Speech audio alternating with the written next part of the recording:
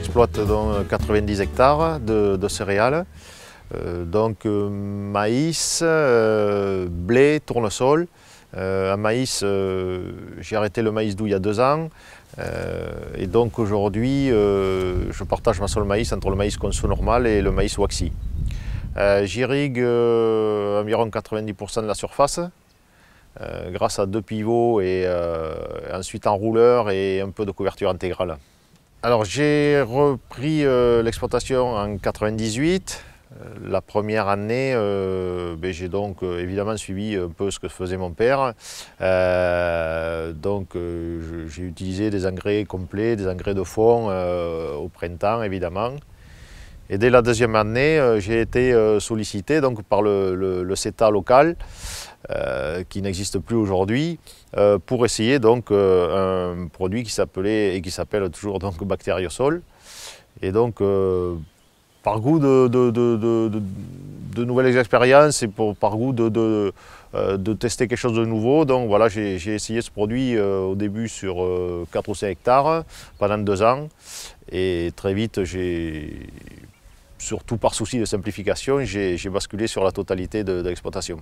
Ce qu'on remarque en premier, et ce que tout agriculteur, je pense, redoute en premier, c'est qu'on regarde d'abord les rendements. Or,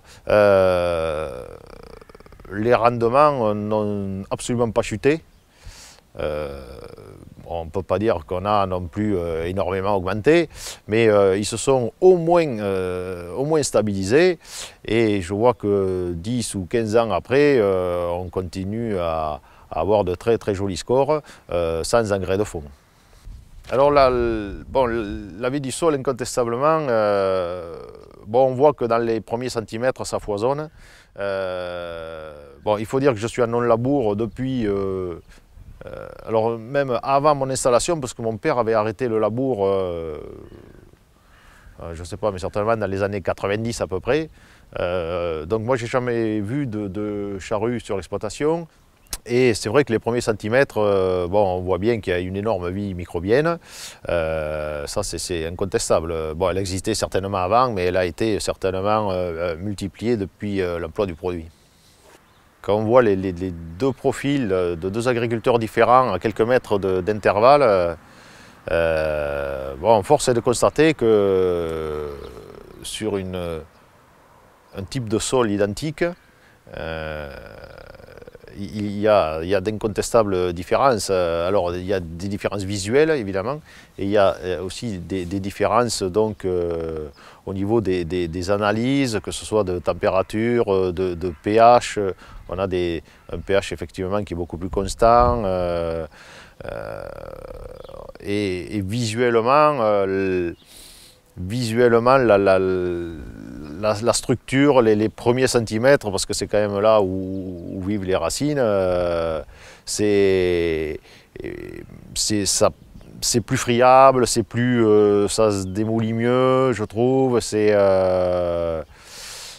La couleur est différente aussi. La couleur c'est assez frappant, oui.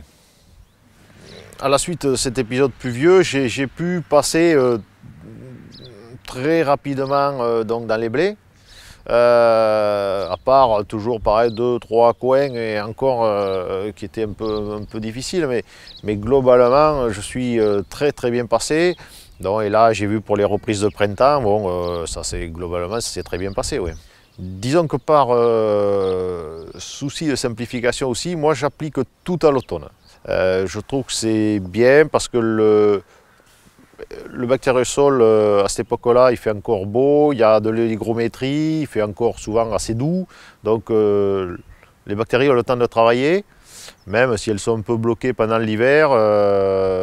Et comme ça, au printemps, je n'ai plus qu'à reprendre mes sols et à travailler.